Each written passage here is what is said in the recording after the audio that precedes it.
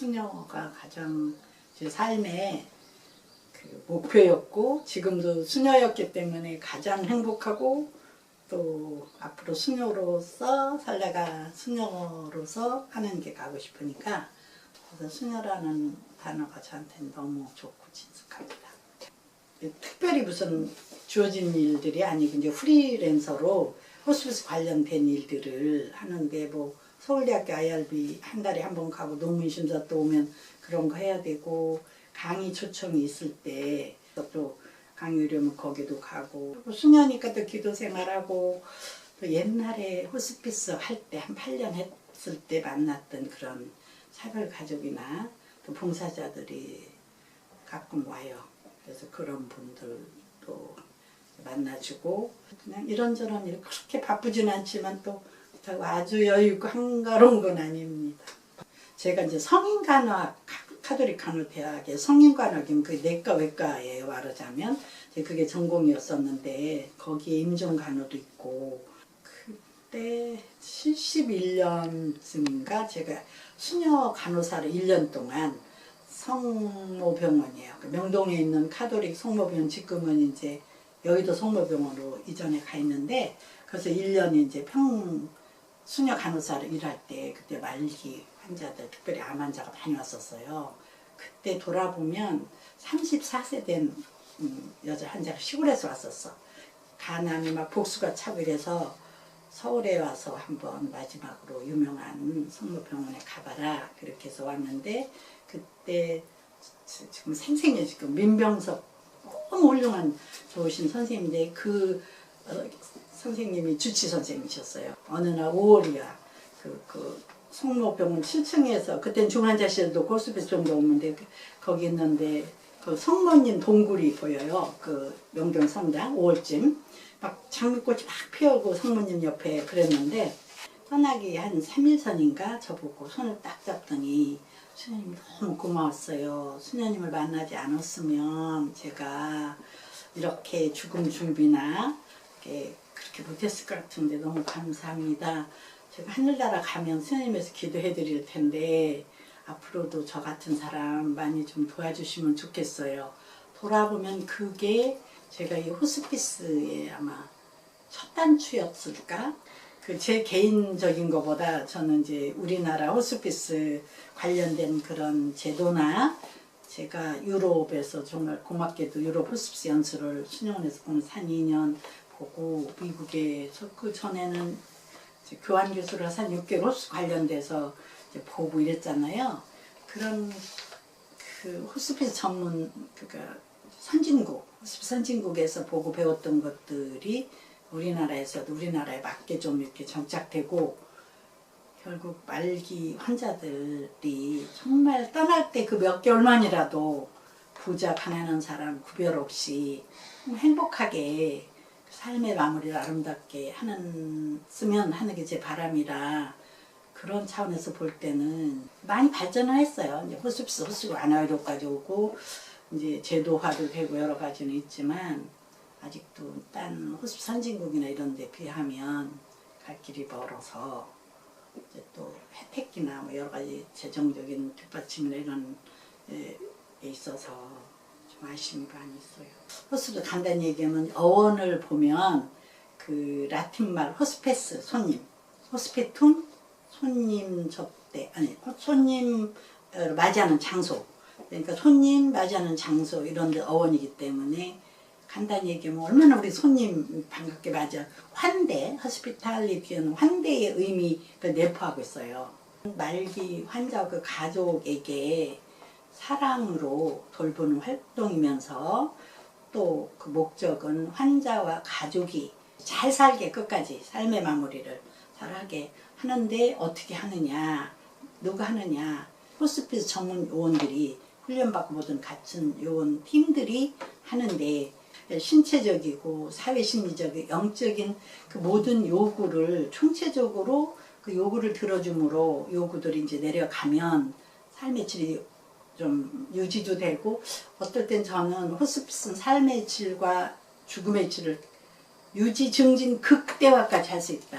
정말 그런 예가 많아요. 제가 저 호스피스 하면서 요즘은 더 어디서 강의할 때 강조하는 게 호스피스는 개인, 가정, 사회 많은 사람들을 건강하게 살다가 행복하게 건강을 행복하게 살다가 건강 행복하게 떠나게 하는 그 건강한 사회운동, 행복운동 이렇게 강조하고 싶어요. 1965년에 그 마리아 자매 수녀님들이 갈바리아 그 강원도에 좀 말기 환자나 가난한 이들에게 이렇게 좀 임종 간호 비슷하게 호스피스가 시작이 되고 지금 학문적으로나 이런 쪽으로는 80년대에 이제 종교 기관에 특별히 카톨릭 기관 뭐 서울 성모가 우리나라 최초로 또 호스피스 병동이 생기고 이러면서 이제 종교 계통으로 또 다른 데서도 그리고 이제 봉사자들이 많이 하면서 전문 요원들이 좀 이렇게 하면서 발전해 왔는데 호스피스에 조금 더 나아가서 호스피스 완화 의료라는 말을 많이 해요. 올 때 뭐 해야 되냐면 호스피스 그 제도가 잘 돼야 되는데 그 중에 중요한 게 호스피스 전달책이에요. 그러면 호스피스 전달책이라 그러면 호스피스 종류가 있단 말이에요. 그 병동형, 독립 호스피스형, 가정형 호스피스, 요새는 자문형 이런 것들이 있는데 우리나라는 병동 호스피스로 시작이 됐다고 해도 과언이 아니에요. 그래서 지금 호스피스 병동이 있는데 이제 했는데 그것도 병원에 호스피스 병동이 있는데도 많지가 않아서 병상수도 적으니 환자들이 호스피스 병동에 가고 싶어도 쉽게 입원할 수 없는 그런 거고 더 중요한 건 외국처럼 독립호스센터가 지역별로 거점별로 가까운 데 있으면 거기 입원하고 또 좀 괜찮으면 가까운 가정으로 가서 여기 또 돌봄을 가정 호스피스가 이어지고 그분들이 필요할 때 낮 호스피스를 해요. 그 있던 데로 오셔서 이제 매일 열려지면 낮 호스피스 그렇게 하고 그런 이제 병동 독립 호스피스 가정 아까 자문형 이런 게 전달 체계가 잘 이루어지고 균형 있게 숫자도 발전되고 병상수도 아주 특구적이에요. 그래서 그렇게 됨으로 그 말기 환자들이 무슨 말기 암 환자만이 아니라 모든 말기 환자들이 그 정말 돌아가실 때 모든 분들이 혜택을 받으면 좋겠단 말이에요. 전달체계 문제. 두 번째로는 재정적인 뒷받침이 굉장히 중요한데 유럽 같은 데는 거의 달아서 하면서도 그 기관에서 여러 가지로 뭐 이제 돈을 그 후원금도 받고 그래서 정말 이용하고 그 다음에는 거기는 그 기부 문화 그리고 호스피스 데이가 있어서 어린이들도 막 인식을 할 정도야 많이 확대하되 질적으로 양적으로 많아져야 되지 않나 생각합니다. 제가 이제 간호대학 교수 32년하고 좀 일찍 그 퇴임을 하고 그 유럽에 가서 2년 동안 아까 그런 전달체계도 보고 뭐 가정호스피스도 찾아가 보고 다 보고 이제 와서 수녀원에 독립호스센터를 하나 만들면 계획서를 내고 이랬어. 그랬는데 여건이 여러 가지니까 그 남양주 그 불암동에 있는 불암산 밑에 우리 수녀원이 있어요. 거기에 이제 2층집 자그마한 거 하나 주시면서 거기서 시작해보라고 수녀원에서 가서 그러면 비영리 기관으로 이제 후원을 받고 그 무료로 그 호스피스 환자들을 가정 입원할 시설은 안 되고 또 여러 가지 여건이 안 되니까 가정방을 무료로 하고 그분들이 유럽에서 배운 걸 제가 흉내냈다고 그럴까? 가정도 찾아가고 그 데이케어 낮 호스피스를 해서 이렇게 모여서 이렇게 좀 이야기도 나누고 그런 거 하고 그 다음에 병원도 찾아가고 그리고 이제 돌아가시고 나면 사별 그 물론 문상도 하고 그런 거 다 참여하고 그다음에는 사별 가족 모임을 여러 번 해서 지금까지 가족 중에 오시는 분이 있어요. 동료 교수나 석박사 학생들 가르치고 하면서 이제 같이 썼던 책들이 많이 있고 뭐 번역한 거 한두 개 있고 호스피스를 하려면 죽음에 대한 그게 많은 인식이나 철학을 가져야 특별히 외국하고 또 우리하고의 그 죽음에 대한 정신도 다를 수 있을 것 같아서 그 파트를 좀 강조했고 호스피스 전반적인 거를 정성들 만들었는데 그 후에 많은 책들이 나오고 그랬어요.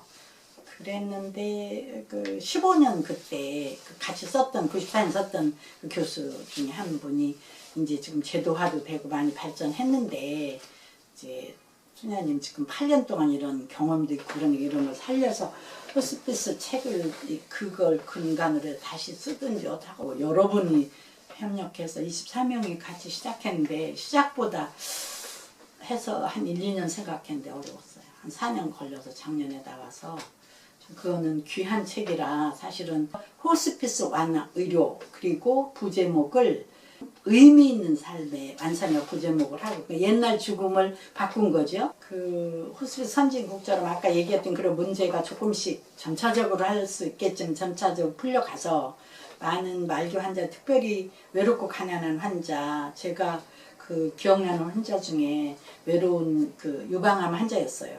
근데 재발해서 돌아가실 이제 그런 상태에 있는데 많은 분들이 없어 혼자. 그래서 우리가 팀이 들어가니까 나중에 이 말만 하면 제가 눈물 날라 그러는데 그 죽음 막 그 직전에 이 혹이 나는 복덩어리다. 그래서 우리가 팀이 가면 너무 아쉬워하고 그 5층인가 7층에서 막 이렇게 손을 그 사진도 제가 갖고 있는데 그 손이 지금도 보이는 것 같단 말이에요. 그래서 어떨 땐 시간을 갖고 긴 시간을 가져도 또 마찬가지예요. 그러니까 그런 분들이 많을 텐데 정말 골고루 혜택을 받고 특별히 어렵게 살았던 분들이 마지막이라도 행복하게 떠나는 그런 제도 뒷받침 재정적인 거 그런 거 또 이 죽음 문화가 그 외국 같으면 무덤이 그 시 안에 들어와 있고 이런데 그런 것들이 해서 했으면 좋겠고 제가 죽을 때까지 할 수 있다면 작은 보탬이라도 그 환자 곁에도 있어 봐주고 필요한데 조금 가진 거, 본 거, 들은 걸 나누다가 떠나면 그런 바람이 있어요. 욕심일까요? 이제 호스피스 하면 이제 죽음 문화부터 시작이 돼서 저는 그 죽음 문화 얘기를 하고 죽음 교육을 어린이부터 해야 되는데 그런 말을 많이 해요. 그래서 죽음이 무서운 게 아니고 죽음은 삶의 이야기다. 그래서 그 웰빙 없는 웰다잉 없고 웰다잉 없는 웰빙이 없다. 그래서 행복한 삶은 잘 살다가 잘 떠나고 그것이 이제 행복인데 그 행복한 거를 하는 것은 혼자도 할 수 있고 그 뭐 아는 사람 할 수 있지만 여러 가지 방법이 있겠지만 그 호스피스는 정말 개인에게도 행복하게 살고 죽음 준비하고 주변에도 하고 건전하게도 몇 번 말씀드렸지만 건강 행복하게 살고 떠나고 그런 준비되고 돕고 서로 그리고 살아있는 사람은 그거를 남을 도와줄 그 저는 책임 의무라고 막 강조하고 싶은데 그래서 이건 해보면 무서운 것도 아니고 거기에서 내가 뭘 막 도와주는 것보다 호스피스를 통해서 내가 많은 걸 배우고 내 삶이 죽음이 친숙해지고 삶이 이제 더 이렇게 풍요로워진다 그럴까 이제 그런 것이어서 조금씩 조금 관심을 가져보시고 특별히 죽음의 이야기 죽을 때 가는 곳 시설 무서운 거 뭐 이런 거 아니었으면 좋겠다. 그래서 혼자 하지 못하는 걸 팀이 많은 걸 이뤄낼 수 있다. 이렇게. 그래서 조금씩 관심 갖게 해보시겠어요?